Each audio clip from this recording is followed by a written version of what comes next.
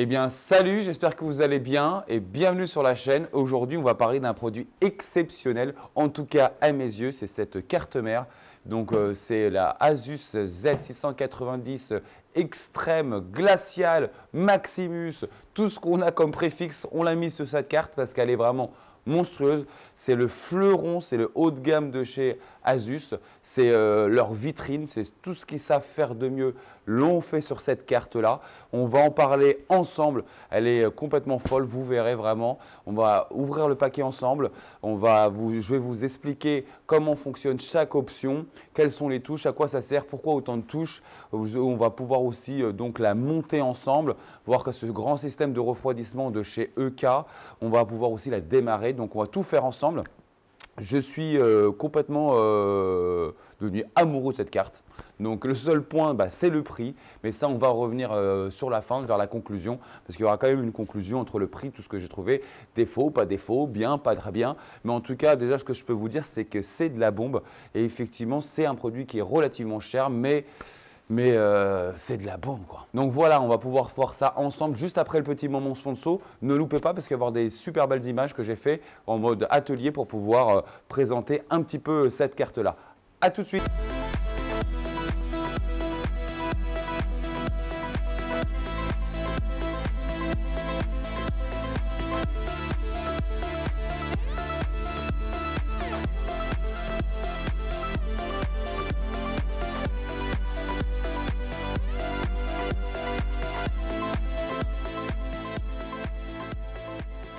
Nous voilà, donc super packaging, forcément vu le prix, on est vraiment dans le très très haut de gamme, donc c'est la vitrine de chez Asus, hein, j'insiste bien.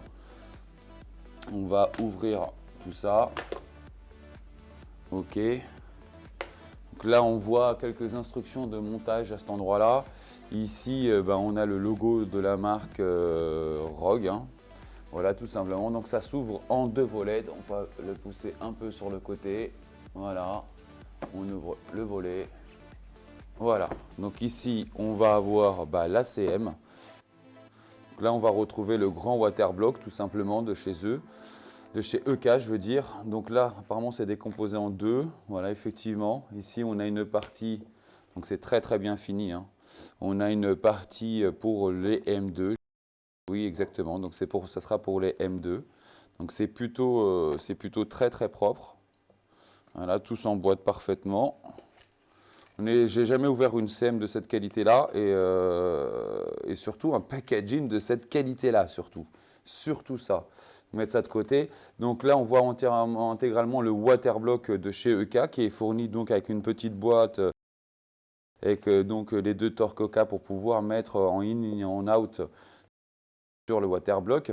Donc c'est un waterblock qu'on retrouve chez EK à 1 000 € l'unité. Quelque chose de très très haut de gamme. Ça refroidit le processeur, ça va refroidir vos étages d'alimentation, ça va refroidir vos M2 et ça va vous refroidir votre chipset. C'est vraiment tout ce qu'il y a de point chaud, hormis la RAM. Là, je pense que ça va tout refroidir. On va passer donc à l'étage inférieur. On fait le tour du propriétaire. On va remettre ça là, donc en dessous.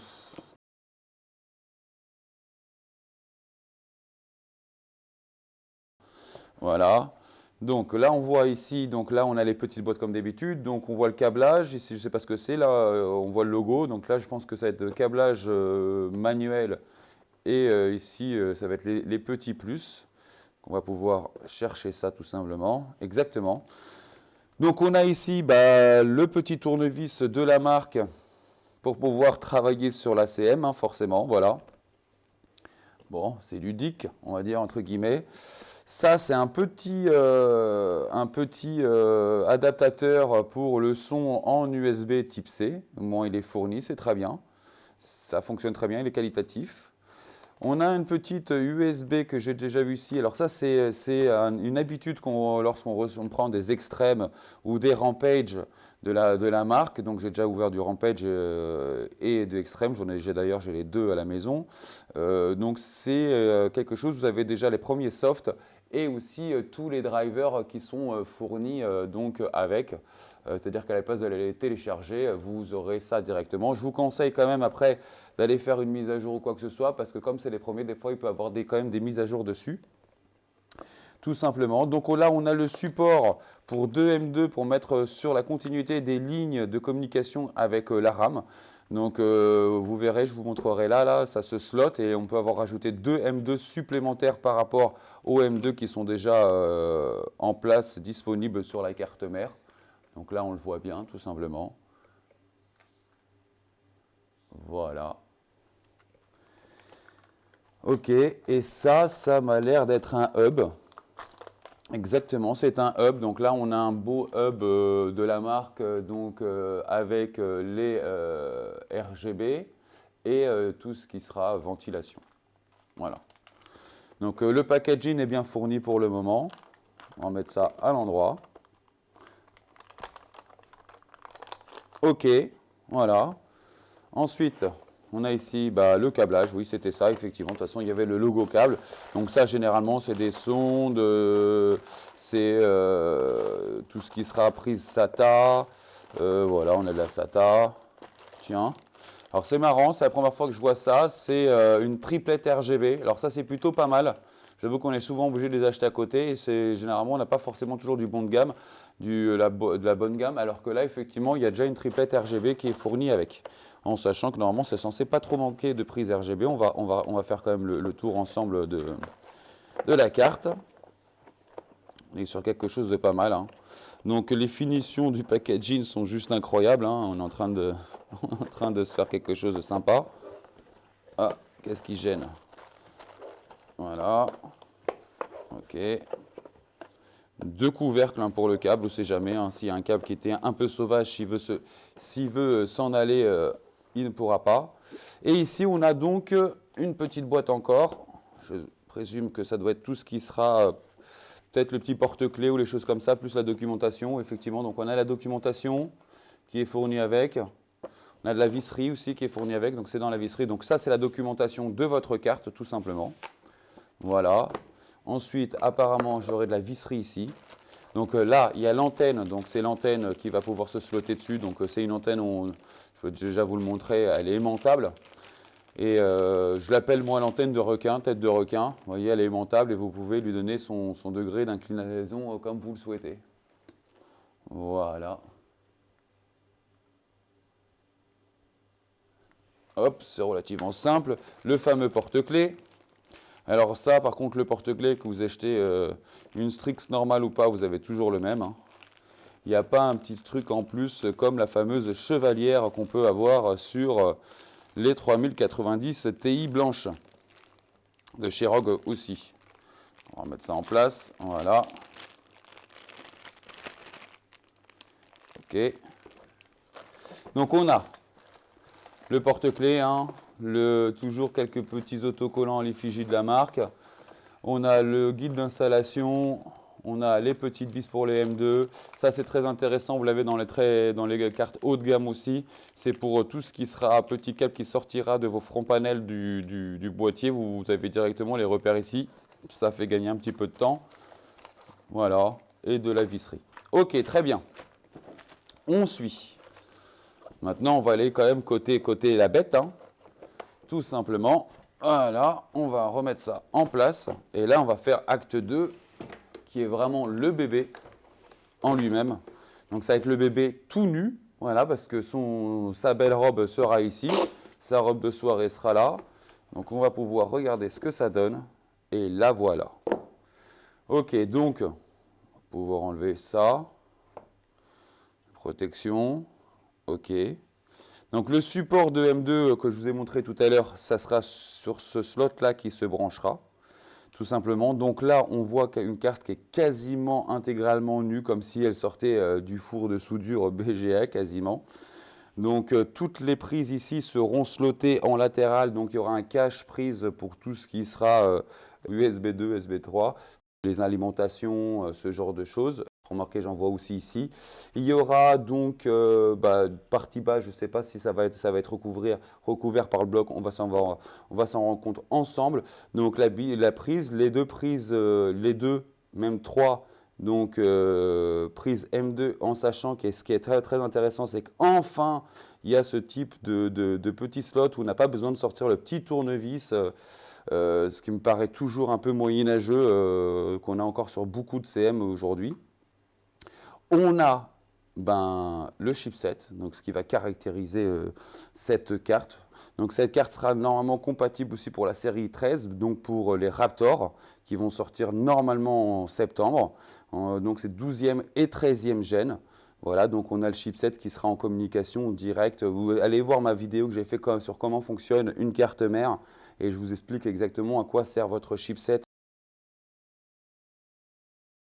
Donc on a bien les étages d'alimentation qu'on peut voir. C'est quelque chose qui est vraiment clairement fait pour l'overclocking. De toute façon, les gammes extrêmes, qu'elles soient sous cette formule-là, en version glaciale ou pas, c'est fait pour l'overclocking tout simplement, hein.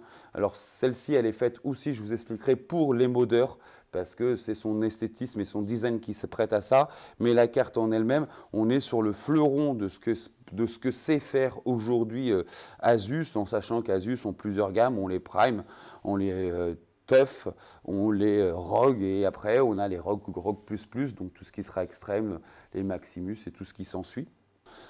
Donc voilà, donc en termes de packaging, moi je trouve qu'il est relativement bien propre, il est vraiment assez généreux. Tout simplement, je vais quand même enlever cette partie-là, qui est très très belle. Ce bloc-là est vraiment très très beau. EK, c'est cher. EK, c'est relativement performant et c'est aussi forcément assez esthétique. Donc là, c'est ce que je vous disais, si demain, je dis bien si, et si demain vous seriez en manque de M2, on ne sait jamais. Vous avez ici la possibilité de mettre deux M2 supplémentaires, de pouvoir les mettre ici. Donc ça, c'est quelque chose qui est assez propriétaire chez Asus, c'est qu'elles sont en relation directement par les lignes de communication qui est entre votre processeur et vos canaux pour votre DDR5. C'était pareil pour le DDR4, il le faisait déjà. Donc voilà, vous voyez, ça se met ici, ça se slot ici, tout simplement. Donc c'est le packaging, quand vous voyez, c'est très bien fourni. Là, quand j'ouvre par exemple cette petite trappe-là, j'ai l'impression de tomber sur quelque chose, par exemple, pour un bureau, c'est-à-dire le petit stylo, la petite plume, l'encrier. Ça me fait plutôt penser à ce genre de choses. C'est très très fini. Mais effectivement, on est sur un produit qui est très cher. C'est la carte mère qui est la plus chère actuellement de chez Asus ROG. On est sur quelque chose qui est très haut de gamme. J'insiste bien, aujourd'hui, ça c'est la vitrine de chez Asus, donc c'est ce qu'ils savent faire le mieux. Ce n'est pas une carte qui est adressée à monsieur tout le monde. J'insiste bien que ce n'est pas une carte qui va vous permettre d'avoir plus de FPS dans vos jeux. Pardon. Mais par contre, de pouvoir overclocker votre carte, que votre carte peut plutôt overclocker votre processeur, ça vous donnera des FPS. En sachant que généralement, avec les lignes d'alimentation, et ça nous allons le découvrir un petit peu ensemble, là on est dans ce qui se fait de mieux pour avoir la meilleure stabilité, clairement, et le meilleur moyen de refroidissement aujourd'hui, sur des éléments qui nécessitent un moyen de refroidissement, c'est-à-dire aujourd'hui, votre chipset que vous voyez qui est ici, est toujours refroidi dans votre carte, même si vous achetez une TUF, il y a un refroidissement qui sera toujours là parce que c'est, comme vous voyez, c'est un processeur, hein, c'est le processeur de la carte. On voit dessus le die tout simplement. Donc il y a un die qui fonctionne pareil, c'est du silicium avec les transistors à l'intérieur. Donc c'est quelque chose qui chauffe forcément. Et donc là, son moyen de refroidissement, ça va être cette partie-là, donc ça va être refroidi à l'eau. Donc il y a un côté qui va être hyper bien refroidi, bien que ça ne nécessite pas un refroidissement de plus que ce que vous avez à l'heure actuelle. Mais c'est pour ça que le côté modding, le côté modeur va avoir tout son ampleur là-dessus. Parce que lorsque vous faites du modding, comme j'ai pu en faire et comme j'en fais encore d'ailleurs, si vous avez vu la vidéo de mon concours où j'ai pu participer d'ailleurs en Allemagne, où j'espère me représenter d'ailleurs l'année prochaine. eh bien, on s'aperçoit que c'est aussi le genre de carte pour des PC d'envergure, mais aussi donc pour des PC qui seront très esthétiques, qui seront modés, des PC, des pièces uniques pour certains demandeurs, bien entendu. Donc nous voilà maintenant en latéral, on va pouvoir voir qu'est-ce que nous cachait ce petit cache esthétique. Donc c'est une connectique qui est assez riche. Donc on a 6 SATA, on a une prise pompe fan, 2 USB type 3.2, ensuite on a un Thunderbolt USB type C. On a notre ligne d'alimentation qui est là et vous remarquerez bien qu'il y a un 6 pins en plus. Donc elle va demander légèrement plus de gouache forcément. Et on a juste après, donc on a une prise fan, une prise pompe et on a une prise adressable Gen.2. Vous remarquerez aussi que tout le long on a une petite barre RGB qui va pouvoir faire du rétroéclairage au niveau de la carte. Voilà, ce côté-là je pense qu'on a fait le tour. Alors que retrouve-t-on ici? On retrouve en partie basse toute la connectique pour le son. Donc on voit bien les connecteurs ainsi qu'une connectique en fibre optique. Tout ça va être relié à leur puce qui est la Supreme FX qui fonctionne très bien. Là c'est celle de dernière génération. On retrouve ensuite les connectiques pour l'antenne requin que je vous ai montré juste avant. Donc c'est en Gen 6, c'est ce qu'il y a de plus récent forcément. On a ensuite 7 USB type 3.2 Gen 2. Ensuite, on a 3 USB type C. Alors, c'est la première fois que j'en vois autant, mais vu le prix, ça m'étonne que peu et on n'attendait pas moins. Ainsi que 2 connectiques en RJ45, donc en 2.5 et en 10 gigabits. Une prise en HDMI et ensuite on retrouve donc ces deux boutons, donc c'est le Flash BIOS ainsi que le Clear BIOS. À quoi servent ces boutons? Je vais vous l'expliquer rapidement. Donc ici on retrouve donc le Flash BIOS. Le Flash BIOS c'est un bouton qui sert si demain vous avez un processeur de dernière gène et que votre BIOS n'est pas mis à jour et que vous avez que ça entre les mains pour pouvoir mettre votre BIOS à jour, et vous n'avez plus besoin d'avoir un processeur sur votre socket. Il suffit tout simplement de mettre votre dernier BIOS sur la clé USB que vous allez connecter dans ce petit encart blanc où il y a une USB qui est en relation directement avec cet encore petit encart blanc, donc sur le même bouton, voyez, tout simplement. Et là, vous allez pouvoir installer votre BIOS de dernière génération qui aura donc la bonne configuration pour votre processeur que vous allez slotter directement sans avoir mis de processeur sur le socket. Donc là, on a le bouton Clear BIOS, donc c'est l'équivalence de la touche F5 lorsque vous êtes sur le BIOS de Asus, c'est-à-dire que tout simplement, si demain vous avez des problèmes sur votre BIOS suite à des mauvais réglages d'overclocking ou autre, vous bootez en appuyant sur ce bouton-là, tout simplement, ça va vous mettre vos paramètres d'usine de votre BIOS et du coup, vous allez rebooter tout à fait normalement. Donc nous allons maintenant ici un petit peu tout ce qui est boutons et aussi informations. Donc ici on a les deux premiers boutons. Donc le premier bouton c'est le bouton Start, donc c'est pour pouvoir booter directement votre PC par la carte mère. Donc c'est généralement assez employé lorsque vous avez une table de bench par exemple. Ensuite, vous avez le Flex Key, donc c'est un bouton pour pouvoir booter votre carte mère en mode sans échec tout simplement. Donc vous pouvez aussi attribuer maintenant ce bouton à une autre fonction. Donc sur la partie basse, vous avez donc 5 petits boutons, 3 ici, 2 ici. Donc ici, ça va être pour le BCLK. Donc c'est aussi pour pouvoir overclocker votre machine plus rapidement. Vous allez avoir accès directement au BCLK ici tout simplement. Ensuite, donc sur les 3 derniers boutons qu'on voit là, le petit bouton au côté gauche qu'on voit ici, donc il s'appelle le Safe Boot, c'est pour pouvoir booter votre carte mère lorsque vous avez eu des complications aussi au niveau d'un overclocking, mais sans faire un Clear BIOS. Donc ça va vous faire booter, mais ça ne va pas vous effacer toutes les données qui sont dedans. En fait, il est justement utile justement pour ne pas avoir à faire appel au bouton Clear BIOS. Donc ensuite on a le switch BIOS, donc tout simplement c'est parce que cette carte mère a 2 BIOS comme vous pouvez aussi avoir sur certaines cartes graphiques. Donc par exemple si vous voulez avoir un BIOS qui est complètement consacré à l'overclocking et l'autre BIOS, on va dire pour des tâches plutôt classiques, donc vous pouvez basculer entre un BIOS ou un autre BIOS.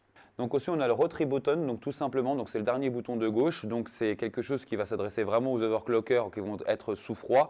Si par exemple au bout d'un moment vous n'allez pas pouvoir redémarrer votre carte mère, il va falloir appuyer simultanément sur le bouton Power ainsi que sur ce bouton là et quelques secondes et vous verrez qu'au bout d'un moment elle va booter. Donc en plus des QLED, vous avez ici donc le Q-code.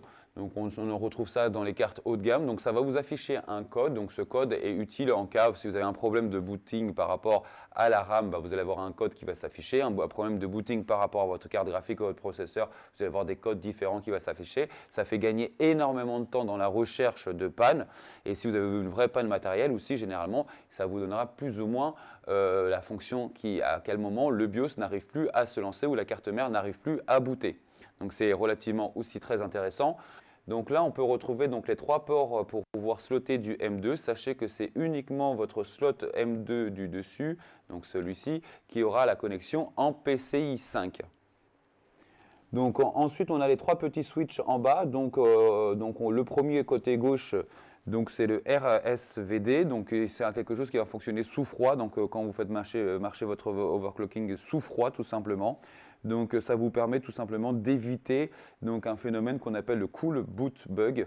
Donc ça va tout simplement l'éviter. Ensuite, celui-là du milieu, au milieu vous avez le switch, donc c'est le switch slow mode. Et le dernier bouton, c'est pour pouvoir tout simplement activer directement vos profils LN2.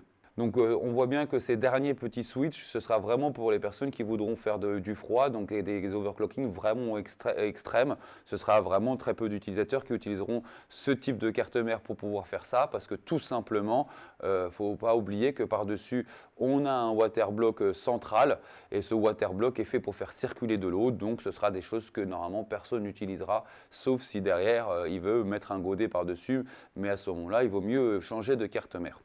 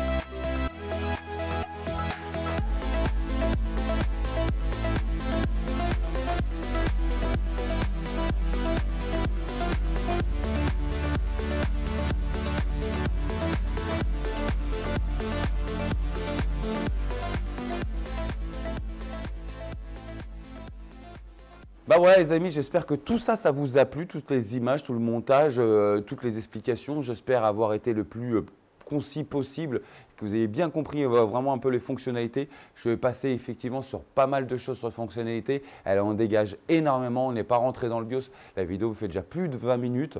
Donc il y aura une suite à cette vidéo, bien entendu, une fois que j'aurai fait les essais, les tests. Mais en tout cas, ce que je peux vous dire, c'est qu'elle est quand même monstrueuse. Les finitions, c'est incroyable. Les finitions sont incroyables, insane. J'ai jamais eu une carte avec des finitions aussi finies. J'ai déjà des cartes de très haut de gamme, des extrêmes tout court de 12e génération par exemple.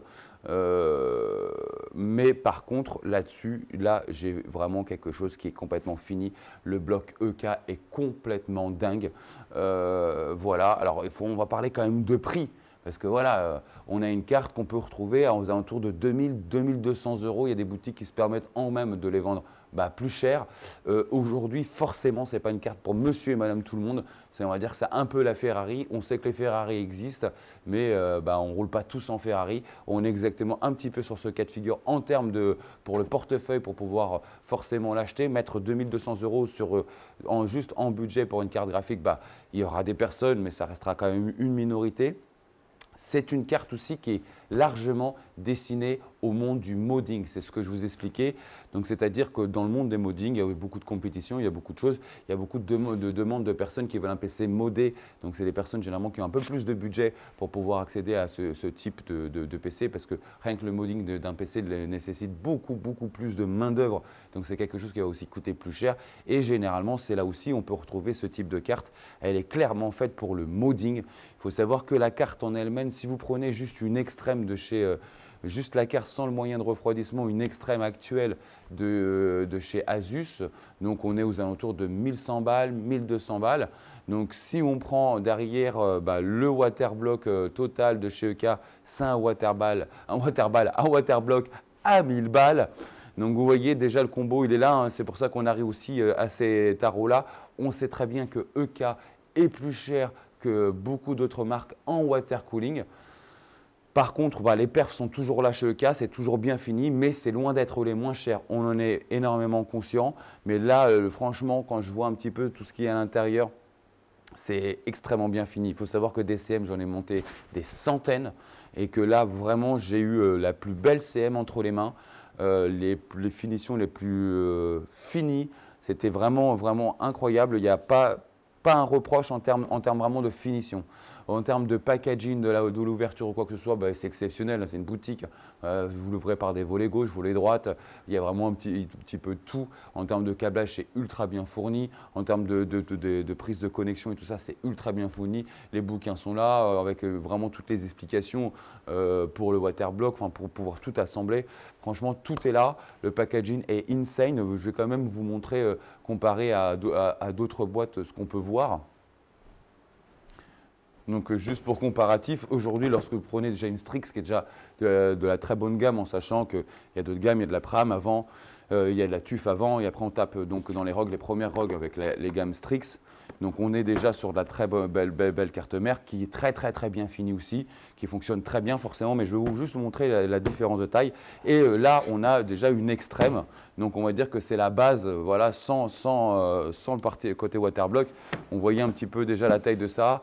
Lorsque vous voyez maintenant là, on s'aperçoit qu'il y a eu un gros effort, en tout cas sur le packaging. Il est complètement dingue ce packaging, mais comme j'ai envie de vous dire, vu le prix, on est en train de parler quand même de 2200 euros, donc c'est extrêmement cher, mais c'est comme quand vous achetez une Porsche ou une voiture comme ça haut de gamme, forcément vous avez les prestations qui vont avec, et c'est effectivement pour ça qu'on a ce type de packaging. C'est pas pour monsieur tout le monde, c'est complètement évident. Tout est une histoire de portefeuille. Si quelqu'un a le portefeuille pour pouvoir acheter donc une belle voiture, un beau PC ou qui veut vraiment investir dans son PC pour des années à venir et qui a les moyens de le faire, c'est un très bel investissement. Pour ceux qui n'ont pas les moyens, ça ne sert strictement rien de faire un crédit pour avoir une carte comme ça, parce qu'il y a d'autres gammes qui fonctionnent aussi très bien. Là, c'est vraiment, je vous insiste bien, c'est le fleuron, c'est l'image de marque, c'est la vitrine de chez Asus qui est représentée là sur 30 cm². Donc non, ce n'est pas du tout une obligation. En tout cas, pour les futurs acquéreurs de cette carte ou ceux qui ont déjà cette carte-là, eh ben, ils savent et ils ont quelque chose qui va vraiment durer dans le temps et qui va très très très bien fonctionner. Voilà les amis, bah écoutez, sur ce beau matos-là, je vous dis à la semaine prochaine. Ne loupez pas la vidéo de la semaine prochaine, elle va être aussi complètement folle. Je vous ai garanti pas mal de petites vidéos complètement folles, mais il y en a une qui ne va pas tarder. Je ne sais pas si ça va être celle-ci ou l'autre, mais il y en a une, elle va être dingue. Donc voilà, je vous remercie encore pour tous vos commentaires. Je vous remercie encore pour pouvoir suivre cette chaîne. Pour ceux qui ne sont pas abonnés, ben, muchas gracias si vous le faites et je vous dis à la semaine prochaine. Ciao, ciao!